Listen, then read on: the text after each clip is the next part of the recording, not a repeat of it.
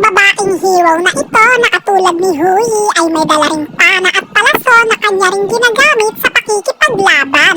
Ngunit ang pinagkaiba lang ay mas malayuan ang tama ng mga palaso niya. Sa puntong ito, pinagtutulungan namin ni Nakayan dito sa farm lane sina Luban at Dolia.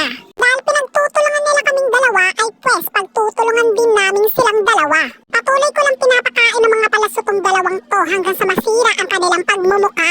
Pero nung pawasak na yung pagmumukha nilang dalawa ay umatras na silang dalawa. Isinam na muna namin ni Nakayan itong ibong Adarna na ito after magsiatras na mga katapat ko dito sa farm lane. Pero kahit nananahimik na kami dito ni Nakayan sa isang tabi ay talaga nga namang nanggugulo talaga itong si Luban at ang kasama niyang support na si Dolia. Talaga na sila talaga ang nangungunang manakit, hindi kami dahil pumapalag lang din kami. O kita nyo, kinawawa ko ni Luban sa mga pamusol at paggranada niya. Pero okay lang, may healing due naman kami dito sa fan turret namin. Nakailang segundo lang ay sumugod ang jungler ng kalaban dito sa buff ko na malapit sa aming fan turret para kunin niya. Pero pinaubaya ko na lang din sa kanya dahil kawawa naman baka walang buff. Pero lingid sa aking kaalaman na dumalo pala si Zia na aming mage dito sa farm lane para kami ay tulungan sa panunugod ng jungler na kalaban at support ng kalaban. At sa tulong niya ay napagtagumpayan kong masigpay ang support ng kalaban na si Dolia. Dumalaw na rin pala ang jungler namin dito na si Wukong para sugurin ang jungler na kalaban na nanugod at ang marksman ng kalaban na si Luban na parehas niyang masigpay. Nandito na naman sina Dolia at Luban sa farm lane nakakabangon lang sa hukay mula sa kanilang pagkakahimlay kanina. Hindi pa ata sila nadala sa kanilang unang paghimlay kanina at gusto pa nila ata na ihimlay ulit sa hukay. Pero wag silang mag-alala kung yan ang gusto nila ay mapagbibigyan sila mamaya. At ito na nga, mukhang mapagbibigyan na sila dito dahil natsyempohan namin silang magkadikit at saktong na-stun ni Kayan ang dalawa kaya nagkaroon na ako ng pagkakataon para ibigay ang gusto nila. At napagbigyan ko na nga si Luban sa kanyang gusto ngunit hindi ko napagbigyan si Dolia pero baka mamaya mapagbibigyan ko na siya sa gusto niya. Nandito na naman si Luban sa farm lane nakakabangon lang mula sa kanyang pagkakasigpay kanina na para bang gusto niyang magpasigpay ulit. Pero this time parang ayaw na niya ata pero di ako sure. At nandito na naman ang jungler na kalaban pero this time hindi na yung buff ko na malapit sa front turret ang susugurin niya dahil ako na talaga ang sinusugot at sinasaktan niya. Pero kahit sinubukan niya akong saktan at sigpayin, ako pa rin ang tumindig ng buhay at ako pa ang nakasigpay sa kanya.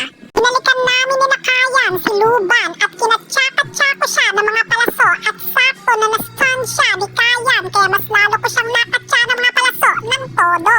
At nasigpay ko siya at inihimlay ulit.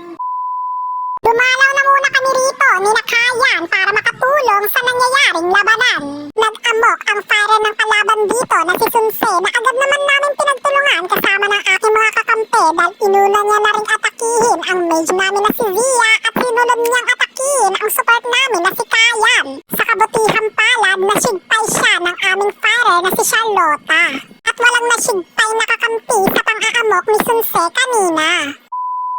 Bumalik ulit kami ni Nakayan dito sa farm lane para protektahan ang aming fan turret dito na pinaplano ng atakihin. Dahil nabigla ako sa panunugod ng jungler ng kalaban kaya ayan napagamit tuloy ng flash. Palibhasin nakalayo na rin ako sa panganib, i-farm ko na lang tong buff ko rito na malapit lang dito sa fan turret namin dito sa farm lane. At nung nakuha ko na yung buff dito ay nasaktuhan na nakuha na ni Wukong ang Overlord like what a coincidence. And ngayon susugod na yung mga alagad niyan sa tatlong lanes papunta sa kalaban para tulungan kami mapabagsak ang mga tore ng kalaban. Sinugod namin ni Nakayan si Luban dito na nag-iisa kaya pinagtulungan namin dalawa para pakainin ko ng mga palaso at masigpay ko siya. Bumalik ulit kami dito ni Nakayan para tumulong sa nangyayari na namang labanan. Nasaktuhang natsyempohan namin si Dolia kaya kinatsakat-tsa ko siya ng mga palaso hanggang sa masigpay ko siya. Pero sa huli, si Zia pa rin ang nakasigpay kay Dolia pero okay lang yan na pagbigyan na rin si Dolia sa kagustuhan niyang masigpay ulit. Bumalik ulit kami ni Nakayan dito sa farm lane ngunit kakabalik pa lang namin ay nanugod na agad ang jungler ng kalaban. Pinalagan namin namin siya at nasigpay siya ni Kayan. Balik na naman ulit kami dito ni Kayan para tumulong sa nangyayari na namang labanan. Nagsalpukan, naggirian at nagkasakitan kaming lahat. Datapwat ang aming team ay nakasigpay ng dalawang kalaban.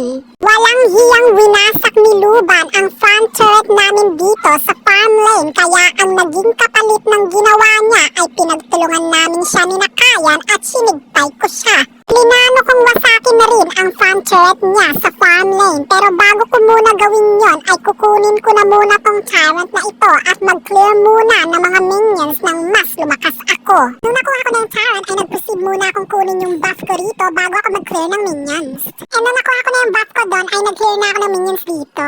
After kong maklear ang mga minions ay nag-proceed na akong basagan ang tore na ito, ngunit si Wukong ay buong tapang na sumugod sa tatlong kalaban na kanyang ikinasigpay. Dahil late na namin siyang natulungan ay ibinasag na lang namin ni Nakayan ang front turret na ito dito sa farm lane.